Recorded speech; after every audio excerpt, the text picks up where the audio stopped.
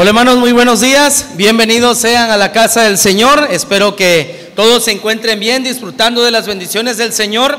Y bueno, hoy tengo doble privilegio de impartir tanto la Santa Cena como la exposición en esta mañana. Bienvenidos a todas las visitas que tenemos en esta mañana, bienvenidos sean. Bueno, vamos por favor a la carta a los Gálatas en el capítulo 4, versículos 4 y 5, en lo cual estará basada la meditación antes de ir a la Santa Cena. Gálatas capítulo 4, versículo 4 al 5, por favor. Gálatas 4, del versículo 4 al versículo 5. Dice así la palabra del Señor. Pero cuando vino el cumplimiento del tiempo, Dios envió a su Hijo, nacido de mujer y nacido bajo la ley, para que redimiese a los que estaban bajo la ley, a fin de que recibiésemos la adopción de hijos. Mis hermanos, todos los que estamos aquí presentes, la gran mayoría, bueno, mejor dicho, todos, el martes 24 de diciembre estaremos esperando con ansias la Navidad, que se celebra cada 25 de diciembre. Y para eso nos vamos a reunir con nuestras familias, con nuestros padres, con nuestros hermanos, con nuestros abuelos, con los tíos, y no sé con quién más comulgan ustedes con su familia. Y estaremos allí usando nuestras mejores ropas, con los mejores platillos, las mejores bebidas, y será un momento inolvidable, porque eso es lo que regularmente nosotros pasamos cada diciembre, porque siempre tenemos la oportunidad de reunirnos con los familiares y poder pasar un momento ameno, y eso es hermoso. Sin embargo, mis hermanos, ese no es el verdadero motivo de la Navidad, porque el verdadero motivo de la Navidad es nuestro Señor Jesucristo y su misión en este mundo. Y por eso quiero hablar en esta mañana, antes de participar de la Cena del Señor, que tiene todo que ver, porque aquí celebramos tanto su muerte como su resurrección, pero eso también implica su nacimiento. Bueno, vamos por favor al texto y vamos a meditar bajo el tema titulado El verdadero significado de la Navidad. Número 1, el verdadero significado de la Navidad es el cumplimiento del plan de Dios. La Navidad es el cumplimiento del plan redentor de nuestro Salvador. Noten lo que dice el versículo 4. Pero cuando vino el cumplimiento del tiempo. Mis hermanos, en el original griego es cronos, que nos da a entender que Dios tiene un plan totalmente organizado. Desde que Él creó todas las cosas y hasta la eternidad, Dios tiene un plan en su sabiduría infinita. Él escogió el momento exacto en la escala religiosa, en la escala política, en la escala cultural y social para que viniera nuestro Salvador. Mis hermanos, cada que nosotros, Occidente, celebramos la Navidad, estamos celebrando el plan redentor de Dios en nuestras vidas. Y hace unos minutos que cantábamos villancicos en la iglesia hablando acerca del plan redentor de Dios, yo me lamentaba no poder cantar a toda garganta porque sabía que tenía que exponer 2 veces. Pero la verdad es que es algo en el cual nosotros estamos celebrando las promesas de Dios. ¿Cuáles promesas? He aquí la Virgen concebirá y dará a luz un hijo, un varón, y se llamará su nombre Admirable, Consejero, Príncipe de Paz, Dios eterno. También, mis hermanos, estamos no solo celebrando el cumplimiento de su plan redentor, sino que también celebramos su humanidad, su deidad y su humanidad. Noten lo que dice la segunda parte del versículo 4. Dios envió a su Hijo, nacido de ¿quién, hermanos? De mujer, y nacido bajo la ley. Mis hermanos, nuestro Señor Jesucristo fue 100% hombre y 100% Dios. Pero ¿por qué era necesario que Cristo fuese totalmente humano y totalmente Dios? Para que su sacrificio valiera la justificación de todas las personas que hemos creído por la fe en Él. Es por eso que la muerte y resurrección de Jesús pesa tanto, porque no era un hombre, un simple hombre como tú y como yo. Verdaderamente en ese cuerpo humano estaba escondido o velado el único Dios verdadero, creador de todas las cosas. Y es por eso que una simple muerte, por decirlo así, vale la justificación de todos, como dice Romanos capítulo 5. Así como por la transgresión de un solo hombre, que fue Adán, vino la condenación al género humano, por uno solo vino la justificación de vida a todos los que creen en su nombre. ¿Y cómo fue posible? A través de su humanidad. Porque si Jesús hubiese sido un espíritu que hubiese venido de la nada en una epifanía y Él hubiese aparecido y dicho, crucifíquenme, no hubiese valido. Pero Él en su humanidad condenó a la carne en el pecado y resucitó para que nosotros también recibiésemos, mis hermanos, la salvación de parte de Dios. Así que, mis hermanos, aquella noche de martes 24 para 25, cuando usted se siente a comer con su familia y le toque orar por los alimentos, dé gracias a Dios por el plan redentor. Dé gracias a Dios por la humanidad y el sufrimiento que Él pasó. Mis hermanos, en los evangelios nosotros podemos ver que el Señor se cansaba, que el Señor tenía sed, que el Señor dormía, que el Señor se molestaba. Era totalmente humano. Y por esa humanidad que Él tenía, por eso, mis hermanos, valió tanto su sacrificio en la cruz del Calvario. Eso debemos de recordar. Pero sobre todo, lo que dice el versículo 5, el verdadero cumplimiento o el verdadero significado de la ley número 1 es celebrar el plan redentor de Dios. Y 2, celebrar nuestra salvación. Celebrar nuestra salvación. Versículo 5 dice, para que redimiese a los que estaban bajo la ley. Y esas palabras en la Biblia, redimiese, en el original griego significa comprar a alguien del mercado de esclavos. Sé que hoy la esclavitud ya no es permitida, pero en el siglo I la esclavitud era muy común. Y por decirlo así, para que nos entendamos, de cada 100 habitantes, 85 o 90 eran esclavos.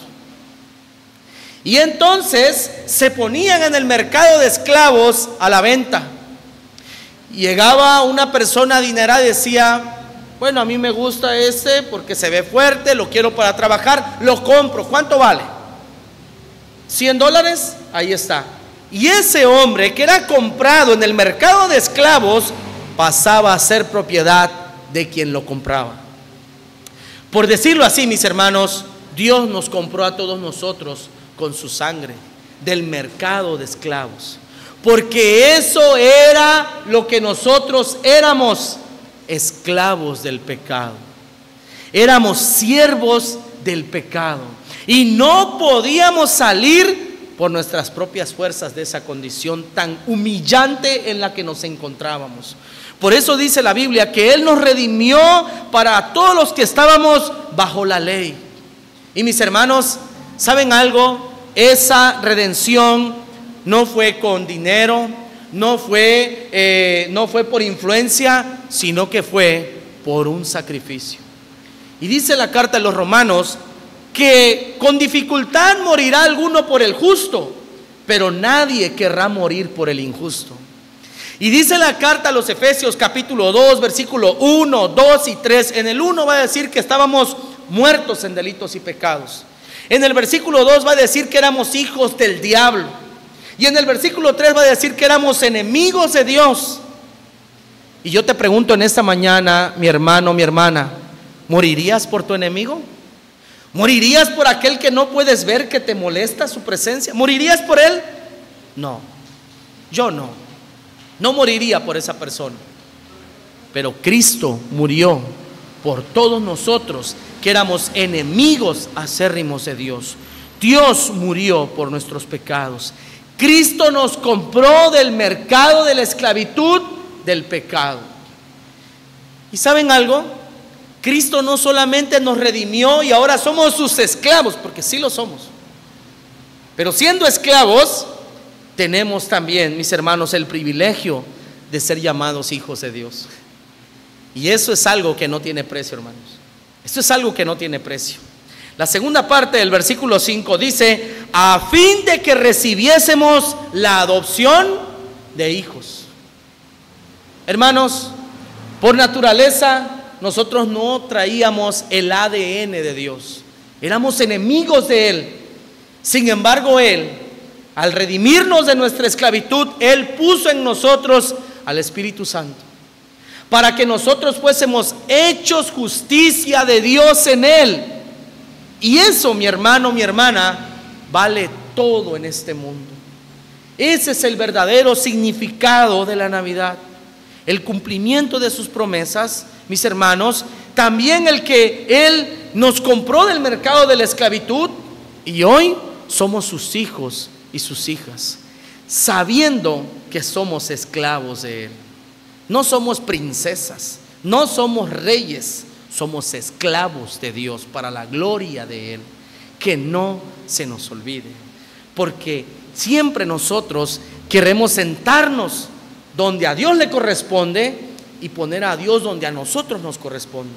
Mis hermanos, que este 24 para 25, cuando te sientes a la mesa y tengas toda la comida y toda la bebida que a ti te encanta, ve en tu corazón y dile: Señor, gracias. Gracias por ese plan redentor que fue puesto en acción en el momento exacto. Gracias, Dios, por tu humanidad, porque si tú no hubieses sido 100% hombre, tu sacrificio no hubiese valido por todos. Dos, la tercera, dale gracias a Dios porque Él nos compró del mercado de la esclavitud. No podíamos dejar el pecado porque lo practicábamos.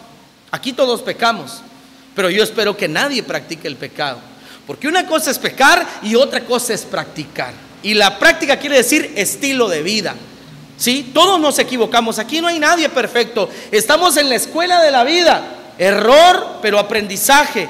Pero si tú eres una persona que vives de esa manera pecando y es tu estilo de vida, no has nacido de nuevo, no conoces la gracia de Dios. Y finalmente, mis hermanos, debemos de dar gloria a Dios porque hoy somos hijas e hijos de Dios por su gracia y su misericordia. Mis hermanos, finalmente, ¿qué tiene que ver todo esto con Santa Cena? Bueno, tiene todo que ver.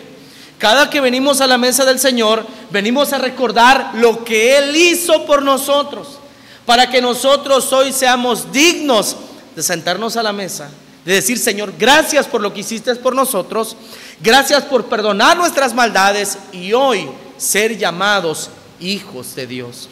Y si hay un texto que a mí me encanta, está en 2 Corintios 5:21. Al que no conoció pecado, por nosotros lo hizo pecado, para que nosotros fuésemos hechos justicia de Dios en Él. Mis hermanos, que esta Navidad nosotros celebremos conciencia de lo que Dios hizo por nosotros y del beneficio que hoy tenemos para la gloria de Dios. Hermanos, vamos a orar. Vamos a ponernos a cuentas con Dios y después de la oración voy a pedir a mi hermano Diego y a mi hermano Jacob si pueden repartir los elementos y luego leemos el texto. Oramos. Señor, te damos gracias en esta hora de la mañana por la oportunidad que nos das de venir a tu mesa. Señor, perdona nuestros pecados, perdona todas nuestras maldades, todos nuestros malos hechos, todas nuestras vanas palabras y también, Señor, todos nuestros malos pensamientos. Señor, que hoy que el mundo, Padre, recuerda la Navidad, que nosotros como sal y luz de este mundo la recordemos y la practiquemos con ciencia, con conocimiento de lo que tú hiciste por nosotros. Señor, gracias por tu muerte, por tu nacimiento, por tu muerte y por tu resurrección y también por tu retorno. Señor, nosotros creemos que tú regresarás, que cumplirás cada una de las promesas que cumpliste en tu primera venida y que se cumplirán también en tu advenimiento. Perdona nuestras maldades, Señor, y que al participar en la mesa, mis hermanos y yo nos fortalezcamos espiritualmente, para amarte, para conocerte, para hacerte fieles, Señor, para hacer sal y luz en este mundo que se echa a perder y que está en tinieblas.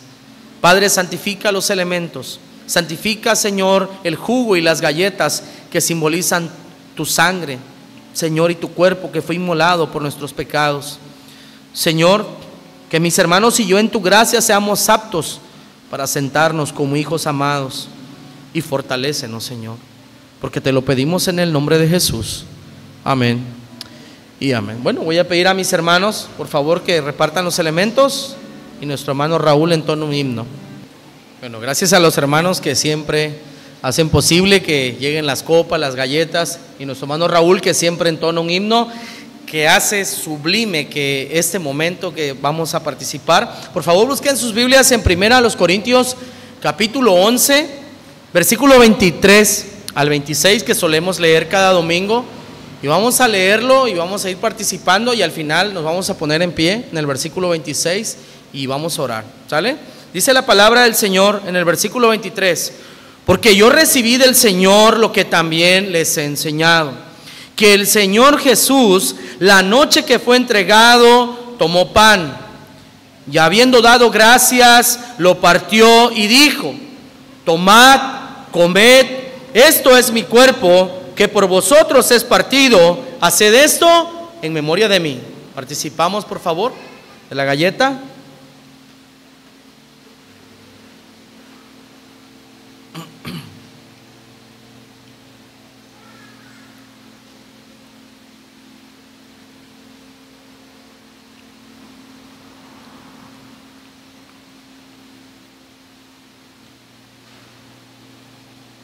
Versículo 25.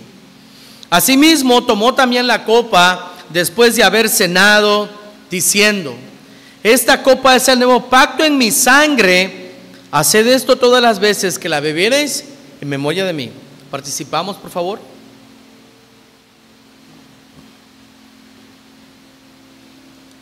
Nos ponemos de pie, vamos a leer el versículo 26. Vamos a recordar por qué hacemos esto, mirando al pasado, a nuestro presente y sobre todo al glorioso futuro cuando nuestro Salvador regrese. Y en esta Navidad estamos celebrando el cumplimiento de las promesas de Dios, pero todavía falta otra parte, que es el advenimiento de nuestro Salvador.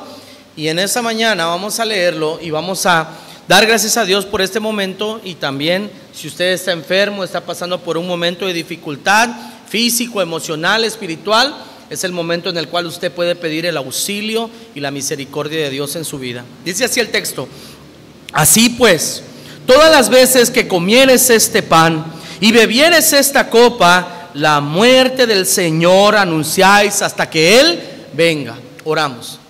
Señor, te damos gracias por este momento sublime. Gracias, Señor, porque tú eres fiel y para siempre es tu misericordia. Tu palabra dice, Señor, sea Dios veraz y todo hombre mentiroso. Padre, gracias por este momento en el cual podemos venir a tu mesa con gozo, pero también con vergüenza por nuestras maldades.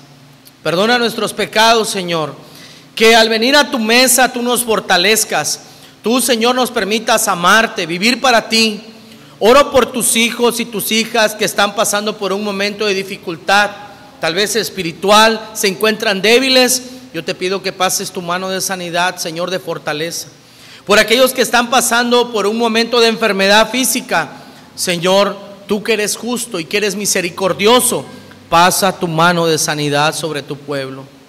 Oro también, Señor, por los que tienen problemas en su vida diaria, problemas económicos, problemas de trabajo, problemas con la familia, hijos rebeldes. Señor, yo te pido que auxilies a mi hermano, a mi hermana, que tengas misericordia de tu pueblo, que nos ayudes, Señor, a serte fieles, que podamos ser sal y luz para este mundo, viviendo para ti. Gracias, Señor, por tu natividad. Gracias, Señor, por tu sacrificio. Gracias por tu resurrección. Y también, Señor, gracias por tu retorno, que será glorioso, Señor. En Jesucristo te damos gracias. Amén y amén. Bueno, voy a pedir a los niños y los maestros de escuela dominical que pasen a la parte de atrás. Mientras tanto, los hermanos, por favor, regresar las copitas con cuidado porque se maltratan.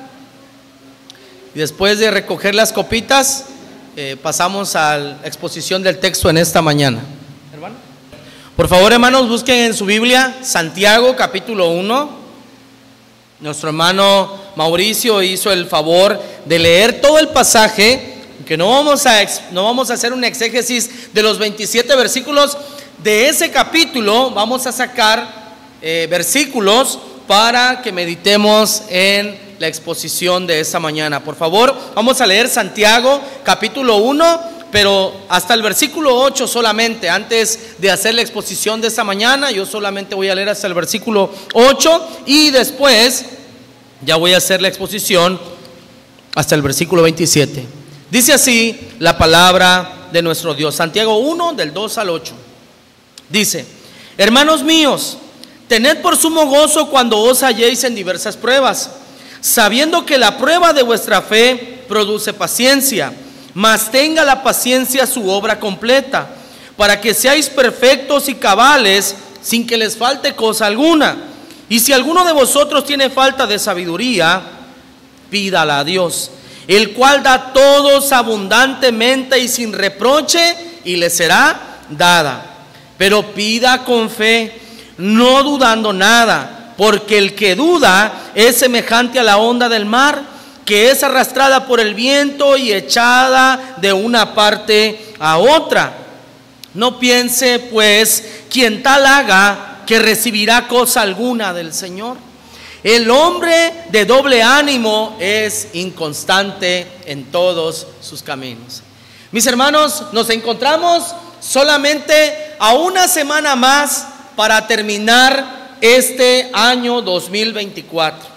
Y por demás está decir que cada que se acerca un fin de año, hacemos un montón de planes. El más popular de todos, hacer ejercicio, ¿verdad? Bajar de peso. El segundo, buscar un mejor empleo, terminar la carrera. El tercero, mis hermanos, tener mejor economía. El cuarto, verse más bello o más bella. El quinto, y esto porque lo saqué de Google, hermano. El quinto, cambiar de carro. ¿Verdad? Todos desean tener carro o cambiar de carro. Y mis hermanos, está bien hacer estos planes, no es malo delante de Dios. Sin embargo, mis hermanos, antes de hacer más planes y de seguir chocando una y otra vez con esos deseos, me gustaría que usted, al llegar a su casa, usted revise esa hoja de los planes que usted hizo el año pasado para este año. O si los tiene en mente, rápidamente usted diga cuáles se hicieron realidad y cuáles no. ¿Por qué, mis hermanos? Porque el querer estar haciendo planes nuevos a cada momento solo hará que nosotros nos acostumbremos a hacer promesas sin cumplir. Y ¿saben algo, mis hermanos? No hay nada peor que una persona que se hace un plan hoy y mañana ya no lo lleva a cabo.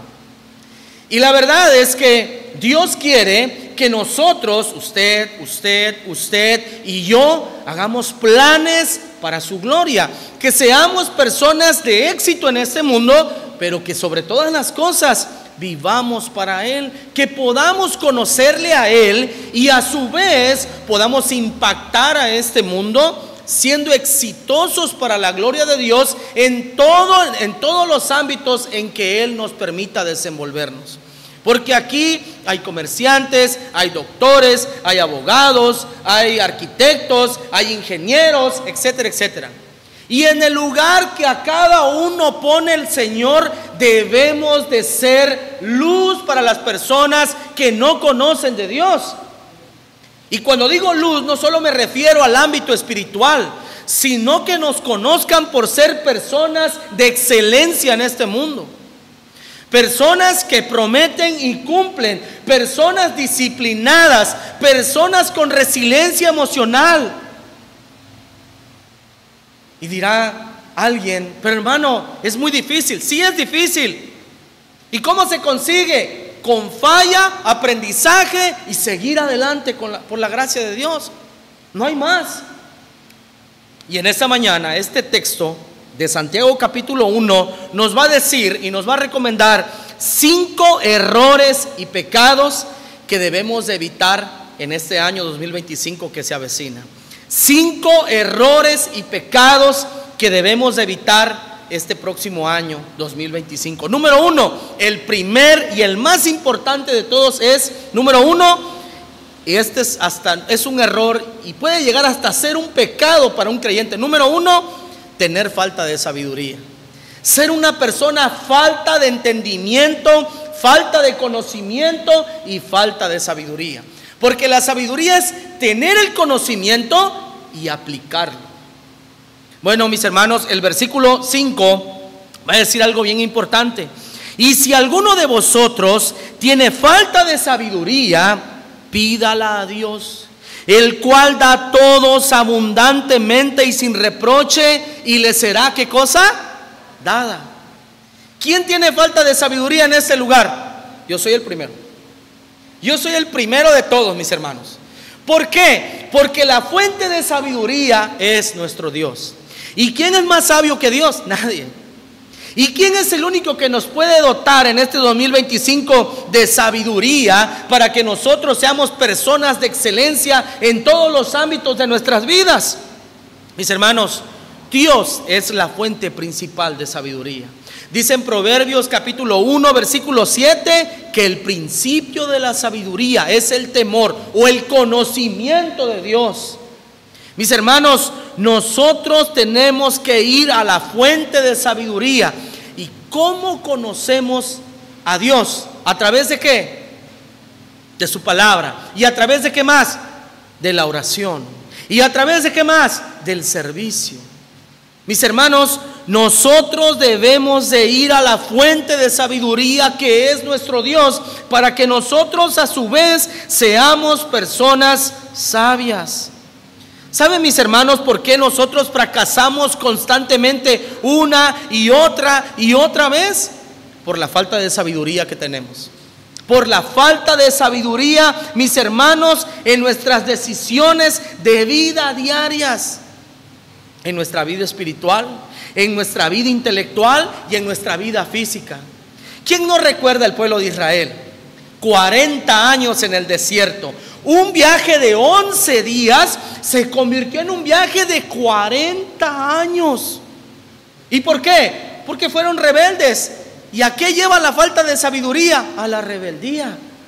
Un viaje de 11 días se convirtió en un viaje de 40 años. Y daban vueltas y vueltas y vueltas y fracaso tras fracaso. Bueno, lo mismo sucede en nuestras vidas. Hermanos, ¿quién no sabe aquí que el comer mal, no comer saludable, provoca enfermedad? ¿Quién no sabe? Todos. Pero ¿qué hacemos? Seguimos galgueando, seguimos comiendo mal. ¿Quién no sabe aquí que el no hacer ejercicio te acarreará un montón de problemas y tendrás una vejez indigna? ¿Quién no lo sabe? Todos lo sabemos. ¿Quién hace ejercicio aquí? Muy pocos o casi nadie. ¿Quién sabe, quién aquí no entiende que así como el ejercicio mantiene los músculos, la lectura también mantiene al cerebro bien, como debe de ser? El pensar, el meditar, el tener un pensamiento crítico. ¿Quién no sabe eso? Todos. ¿Pero quién lo hace? Nadie. Mira, mi hermano, yo quiero que cada que tú me escuches predicar, de verdad, enciendas ese pensamiento crítico en tu cabeza. Que tú digas si es verdad o es mentira lo que estoy hablando, si son mis ideas o lo que Dios dice. Y Dios es veraz. Nosotros los hombres somos mentirosos, pero Dios es veraz. Y Dios sabe que nosotros necesitamos de verdad mucha sabiduría en nuestras vidas. Si nosotros fuésemos sabios o fuéramos a la fuente de sabiduría de Dios, no fracasaríamos. No fracasaríamos. Y si fracasamos, aprenderíamos. Desarrollaríamos resiliencia. Cada problemática, cada problema que nosotros tenemos, aprenderíamos. Ayer por la noche platicaba con mi hermano Mauricio y con su esposa. Y le decía: Mau, yo también he pasado por situaciones difíciles. Y le decía: mira, y esto te enseña esto, te enseña aquello, te enseña lo otro. Son experiencias hasta traumáticas, pero que te dejan grandes lecciones de vida. Y eso, mis hermanos, nos lleva a que nosotros, ¿cómo nosotros podemos ver los problemas, los fracasos, las experiencias traumáticas? ¿Cómo podemos convertirla en una gran enseñanza de vida? Con sabiduría de parte de Dios. Porque el mejor maestro en la vida es el dolor, es el sufrimiento. Y eso no nos gusta en una sociedad hedonista que solamente busca el placer y el estar saciados. Mis hermanos, la falta de sabiduría en nuestras vidas espirituales, intelectuales y físicas nos lleva, mis hermanos, a fracasos constantes y a vivir como niños y niñas berrinchudas a los 50, 60, 70 y hasta los 80 años. Y la verdad, mis hermanos, es que nosotros no podemos seguir así. El creyente no le vale decir así soy y qué. No seas mediocre en tu pensamiento. De verdad, ese ser tan pequeño, no tener un poco de materia aquí. Nosotros tenemos el conocimiento de Dios, mis hermanos, y Dios nos reta a que en todo momento nosotros vayamos a la fuente de sabiduría para que Dios nos dote de sabiduría para vivir para la gloria del Señor. Mis hermanos, Dios nos bendice grandemente a través de la sabiduría. Punto número 2, segundo error que debemos evitar en este 2025, lo encontramos en el versículo 8, y lo segundo es ser inconstante en todos nuestros planes de vida. Ser una persona inconstante en todos los planes de vida. Versículo 8: el hombre de doble ánimo es inconstante en todos sus caminos. Hermanos, debemos de evitar ser inconstantes en nuestra vida. Hoy nos gusta hacer ejercicio. Hoy nos levantamos de mañana y hacemos, pero mañana ¿qué sucede? Cuando sentimos el dolor en los músculos y que está llegando la atrofia muscular, ay no, qué duro es hacer ejercicio. No, mejor aquí en mi camita. Mejor me levanto, mi panito, mi pizza y mi coca, y así sigo. Hermanos, no debemos de ser personas que hoy quieren una cosa y mañana ya no lo desean. Mi hermano, yo deseo que este 2025, tu primer plan en el cual no seas inconstante es leer la Biblia en todo el año. Ese es el fundamento de vida cristiano, conocer la palabra del Señor. ¿Sabes cuántos capítulos tienes que leer al año para leer toda la Biblia? 4. ¿Sabes cuántos minutos te llevas para leer esos 4 capítulos? Si eres un lector lento, 10 minutos. Si eres un lector promedio, de 7 a 6 minutos. Y si eres un lector habido, acostumbrado a la lectura, de 3 a 4 minutos. Mis hermanos, no es un reto que demande de verdad, mis hermanos, un gran sacrificio. Hermano, yo deseo de corazón que este año 2025 usted y yo no seamos inconstantes, y lo que verdaderamente nos propongamos es conocer la Escritura, conocer la palabra del Señor. No todo lo que nosotros escuchamos en los púlpitos, en la internet, es verdad, porque no todos exponen la palabra del Señor, no todos saben hacer un exégesis, no todos saben hacer una aplicación, no todos saben predicar, y lo tengo que decir con vergüenza y con tristeza. Pastores que llevan 40, 30 años en el pastorado y no aprenden a predicar, se suben a platicar, se suben a hacer chistes. Hermanos, de verdad, si el pueblo de Dios leyera la Biblia en un año, de verdad, mis hermanos, que la iglesia sería otra. Ojalá que en este año, mi hermano, no solo leas la Biblia en el año, sino que también seas constante en tus oraciones, que también seas constante al congregarte, que también seas constante en tu disposición por venir a la iglesia. Por venir a la iglesia, hermano. Hermano, nosotros somos una iglesia, yo le digo a mi esposa que no somos imprudentes. El día miércoles yo sé que todos trabajamos y venimos cansados. Hermanos, si mucho el culto de oración tarda 1 hora 10 minutos, exagerado. Y los que vienen constantemente saben de lo que hablo. Regularmente es 1 hora. ¿Y qué sucede? No venimos. ¿Por qué? Porque somos inconstantes en todos nuestros caminos.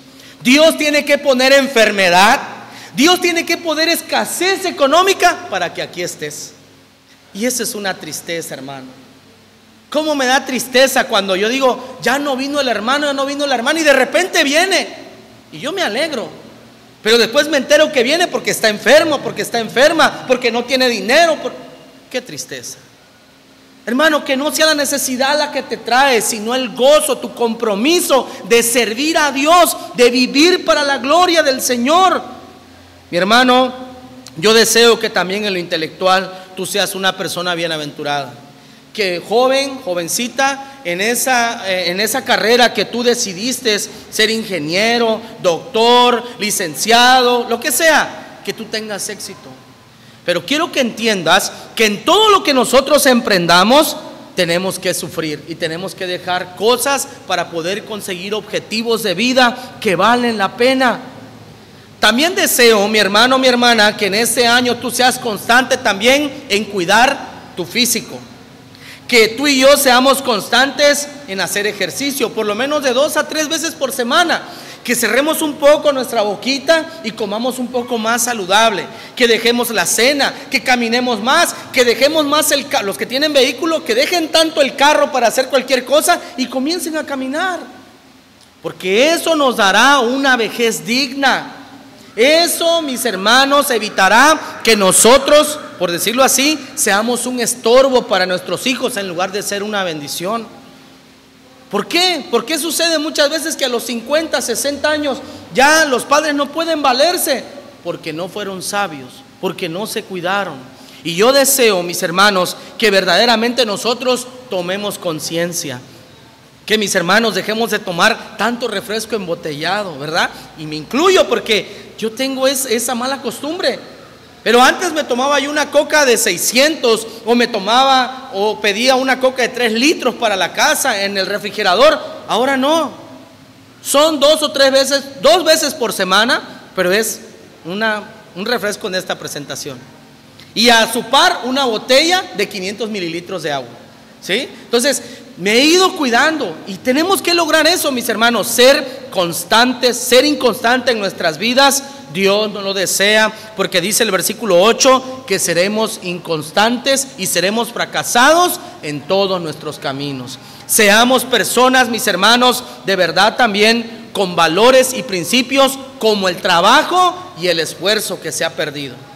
A mí, hermanos, no sé, esta generación llegan la 1:12 del día y siguen durmiendo. Por el amor de Dios. No, hermanos, dejemos eso. Ni en el trabajo, ni en la escuela, en ningún lugar te aceptarán así. Y serás un fracasado o una fracasada si seguimos con esos malos hábitos.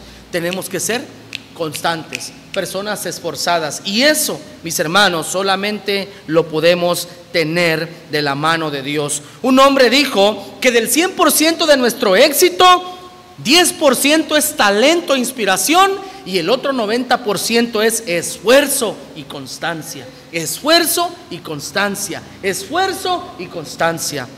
Número 3, mis hermanos, y esto es algo que también debemos evitar en este año que se avecina, y es que no debemos de culpar a Dios por nuestros fracasos y por nuestros pecados.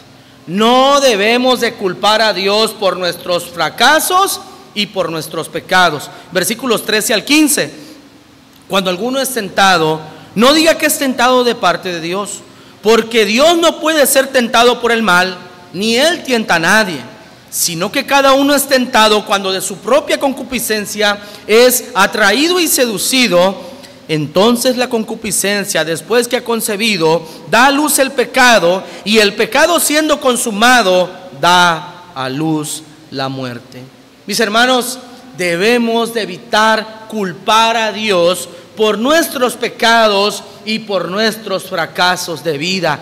Dios no incita a nadie a pecar. Nuestros pecados son nuestros, porque nuestro perverso corazón lo desea, lo anhela. No es Dios quien nos incita al mal, sino que nosotros, habidos de malos deseos, cometemos pecados. Versículo 13. Cuando alguno es tentado, no diga que es tentado de parte de Dios, porque Dios no puede ser tentado por el mal, ni Él tienta a nadie.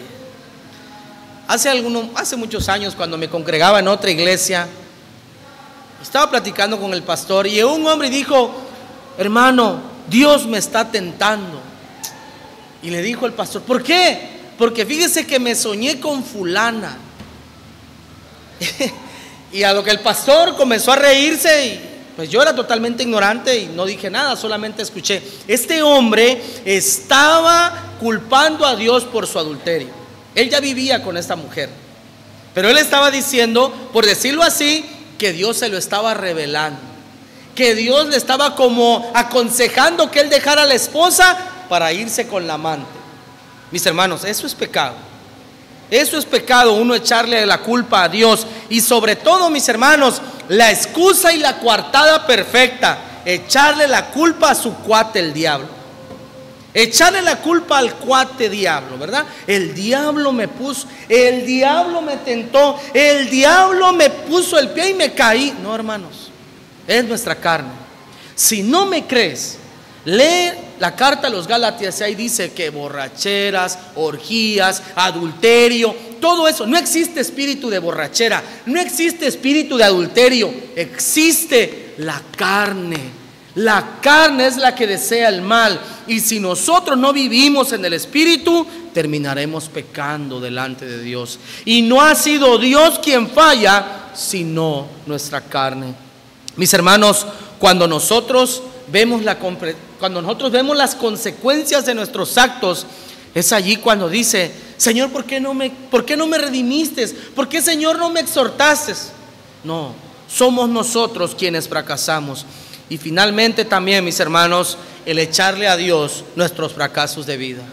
¿Por qué aquel prospera intelectualmente, económicamente, y por qué yo no? Es que tú tienes una bendición especial sobre él. No, es trabajo, es búsqueda de Dios. Y por supuesto, lo que siempre he dicho, y esto lo sostengo: Dios no trabaja en el vacío. Dios no va a bendecir a alguien que no está preparado. Dios no va a bendecir a alguien que no tiene buenos valores y buenos principios.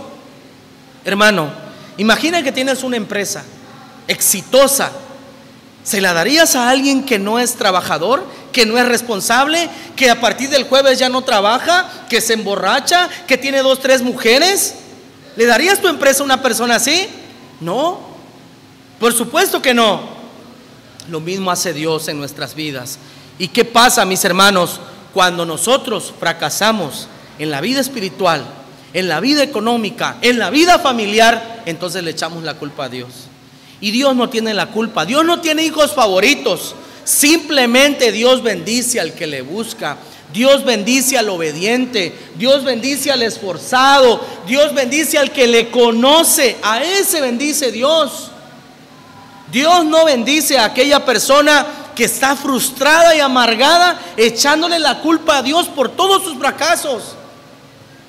Dios bendice a la persona que fracasa, pero dice: la culpa es mía, Señor, ten misericordia de mí, levántame de donde estoy, voy a hacer esto, voy a dejar de hacer aquello, y bendíceme, Señor. Y Dios comienza a cambiar nuestras vidas. Dios comienza a bendecir nuestras vidas. Mis hermanos, estos principios y estos valores están aquí en la palabra del Señor. No debemos de culpar a Dios por nuestros pecados y por nuestros fracasos, que de seguro llegarán el próximo año, porque estamos en este mundo que no es perfecto. Llegarán enfermedades, llegarán momentos de aflicción, pero Dios siempre está allí. Dios siempre está allí para ayudarnos y para socorrernos. Pero si nosotros en humildad reconocemos que su misericordia es para siempre. Número 4, cuarto error que debemos evitar en este año que se avecina, lo encontramos del versículo 18 al 23, y es que debemos de evitar tener en poco la palabra del Señor. No debemos de tener en poco la palabra de nuestro Dios. Versículo 18 al 23. Noten lo que dice: Él de su voluntad nos hizo nacer por la palabra de verdad, para que seamos primicias de sus criaturas. Noten la importancia de la Biblia.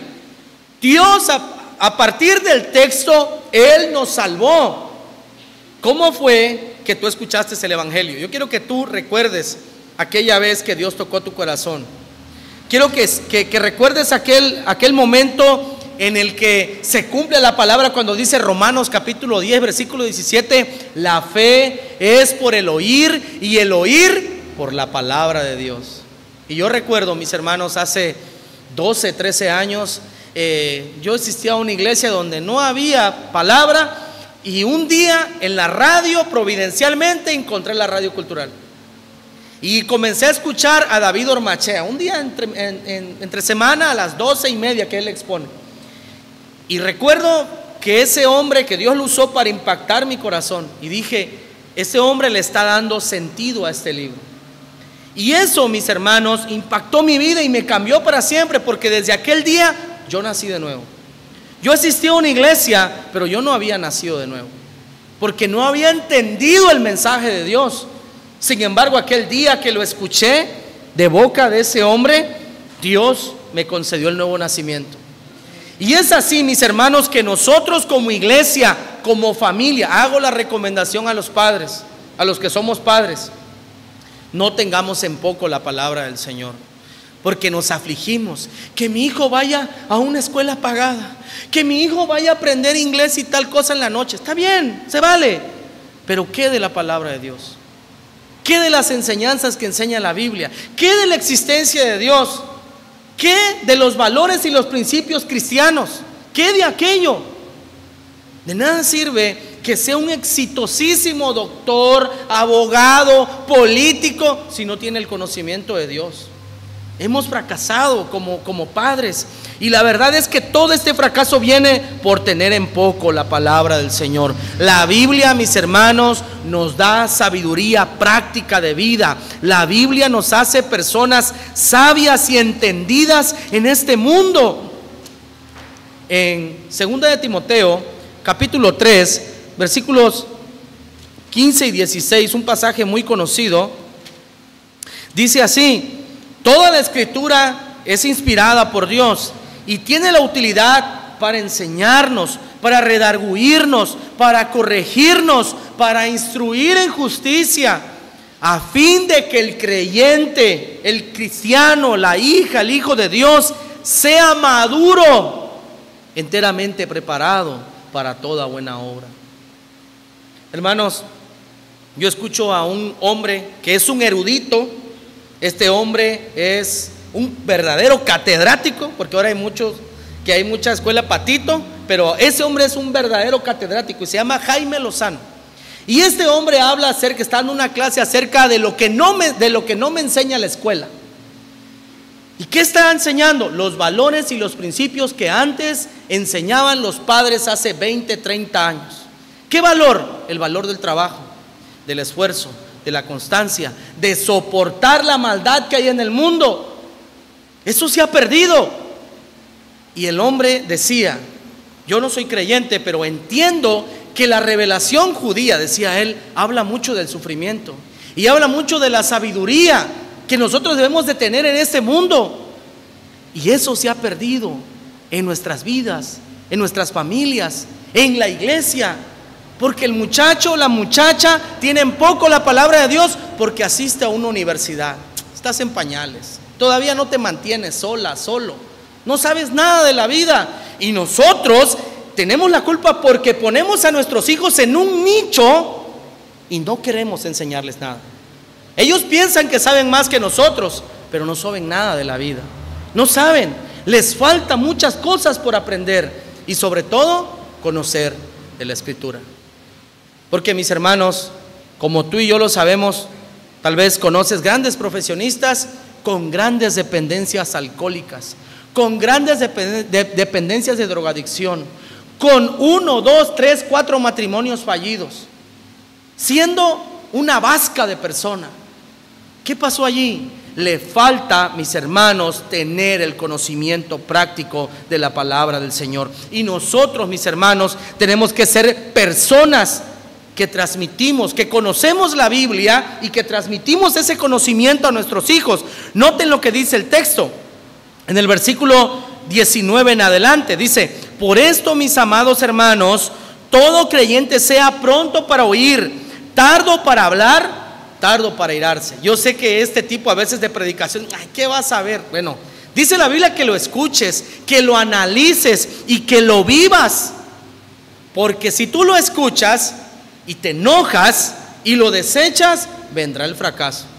Y seguirás en ese estado por muchísimos años más. Versículo 20, porque la ira del hombre no obra la justicia. Eso significa, aquella persona que escucha el consejo y se enoja, no lo reconoce, no podrás obrar justamente delante de Dios. Eso es lo que significa ese texto. Ahora dice, por lo cual, desechando toda inmundicia y abundancia de malicia, reciban con mansedumbre la palabra que les es expuesta, la cual puede salvar sus almas.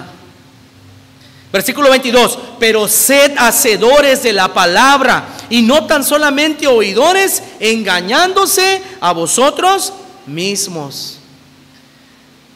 Un hombre del pasado, un gran predicador, decía que no era importante cuánta Biblia sabías, sino cuánto vivías. Y tiene razón, aunque no estoy tan de acuerdo, porque el conocimiento uno lo debe de tener.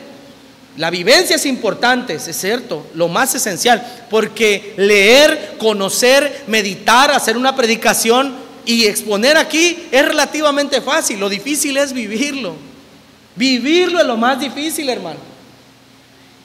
Y la verdad es que cuando uno comienza a tener en alto la palabra del Señor, Dios comienza a bendecir a su pueblo. Dios comienza a bendecir a todos aquellos que se acercan humildes al texto. Porque este libro, mis hermanos, hay cosas sencillas de entender, que cualquier niño de primaria o de kinder lo puede comprender. Pero también hay cosas muy profundas que no cualquiera puede entender, como las 70 semanas de Daniel, como el regreso de nuestro Señor. ¿Cómo será? ¿Cómo serán todos esos eventos? Son cosas difíciles de entender, pero que están allí para que nosotros meditemos en ella. Y si nosotros, mis hermanos, de verdad tenemos en alto la palabra del Señor, nuestros hijos serán sabios. Nosotros seremos sabios y nuestros hijos serán sabios. Todos los países que fueron pioneros en la reforma protestante son los países más prosperados en todos los ámbitos de este mundo. En ciencia, en economía, en todo, mis hermanos. Y hoy algunos están a punto de morir por recibir a los musulmanes, pero bueno, ese es otro tema. Pero mis hermanos, verdaderamente tenemos que tener en alto la palabra del Señor para que se cumpla en nosotros lo que dice Josué capítulo 1 versículo 8, cuando dice: nunca se apartará de tu boca este libro de la ley, sino que de día y de noche meditarás en él, para que guardes y hagas conforme a todo lo que en él está escrito. Entonces harás prosperar tu camino y todo te saldrá bien. ¿Cómo? Teniendo en alto la palabra del Señor. Finalmente, mis hermanos, y terminamos con este texto en el versículo 26 y 27. Este 2025 debemos de evitar ser fanáticos o religiosos. Debemos de evitar ser fanáticos o religiosos. Versículo 26. Si alguno se cree religioso entre vosotros y no refrena su lengua, sino que engaña su corazón, la religión del tal es vana. La religión pura y sin mácula delante de Dios y el Padre es esta: visitar a los huérfanos y a las viudas en sus tribulaciones y guardarse sin mancha del mundo. Mis hermanos, este año 2025 tenemos que evitar ser personas fanáticas y religiosas. ¿Quién es un fanático? Aquel que no piensa, aquel que no tiene pensamiento crítico. Y de verdad, mi hermano, yo te invito a que vengas con la Biblia con un pensamiento crítico, y créeme que no encontrarás error. Lo que encontrarás es que la Biblia te va a juzgar a ti. Y eso es lo que a muchos no les agrada, y por eso comienzan a criticar la Escritura, pero sin ningún fundamento. 2, no debemos de ser religiosos. ¿Qué es un religioso? Es aquella persona que a través de sus buenos actos quiere endeudar a Dios para que Dios a su vez pague bendiciéndola en este mundo. O que a través de sus actos se quiere acercar a Dios. Y mis hermanos, por demás está decir que los fariseos eran la encarnación exacta de lo que la Biblia critica. En Lucas capítulo 18, versículo 9 al 14, todos conocemos esa historia, que Jesús dijo que había un recaudador de impuestos y un fariseo Y estaba el fariseo puesto en pie y dijo: Señor, te agradezco porque no soy como los demás hombres. Diezmo de todo lo que tengo, no dejo de ir al templo, y menos soy como este recaudador de impuestos. Y Dios dijo, y el recaudador de impuestos estaba lejos y golpeaba su pecho y dijo: Señor, no soy digno de ti. Dios dijo: yo les aseguro que Dios perdonará al recaudador de impuestos. Mis hermanos, también creerse superiores porque conoces la Biblia, porque vienes a una iglesia, ser un fanático, eso a Dios no le agrada. No se nos debe de olvidar que todos somos pecadores delante de Dios, y en el momento menos que uno lo piensa, uno peca. Y puede ser una caída tan atroz que puede, mis hermanos, que pierdas muchas cosas de privilegio en este mundo. Mis hermanos, Dios quiere que nuestra religión, guarda esto que te voy a decir en tu corazón, es un reto para toda la vida. La verdadera religión, por decirlo así, aunque no es religión, la verdadera forma de acercarse a Dios, número uno, es amando al prójimo como a nosotros mismos. Dice el texto, noten lo que dice: la religión pura y sin mácula delante de Dios es visitar a los huérfanos y a las viudas en sus tribulaciones, o sea, amor al prójimo. Porque no solo tiene que ser, mis hermanos, una viuda, un huérfano, aunque eso está hablando de lo más vulnerable que había en aquel primer siglo. Hoy puede ser un enfermo, hoy puede ser una persona que está pasando por un momento difícil de familia, una persona que está pasando por situación de escasez económica. Uno debe, mis hermanos, de practicar el amor al prójimo. Y finalmente, vivir santamente. Vivir santamente. Hermanos, Dios quiere que tú seas santo, no que seas un santurrón. Aquella persona que se espanta del pecado ajeno. Ay, el hermano, ay, la hermana. Y cuando son tus hijos, y cuando es tu esposo, y cuando es tu esposa, y cuando eres tú mismo, no pasó nada. Dios no se agrada de eso. Dios no quiere que seamos así. Dios quiere, mis hermanos, que nosotros, antes de apuntar con el dedo, 3 dedos nos están señalando a nosotros. Nosotros somos pecadores por naturaleza, pero Cristo nos ha redimido de esa naturaleza. Mis hermanos, debemos de evitar ser fanáticos o religiosos, porque lejos de agradar a Dios, le provocamos náuseas a Dios. Y en lugar de atraer a los pecadores, los alejamos. Hermanos, en iglesias hay aberraciones tremendas, donde a la mujer no la dejan entrar si trae pantalón, donde al hombre no lo dejan entrar si no trae una camisa manga larga, y un montón de cosas.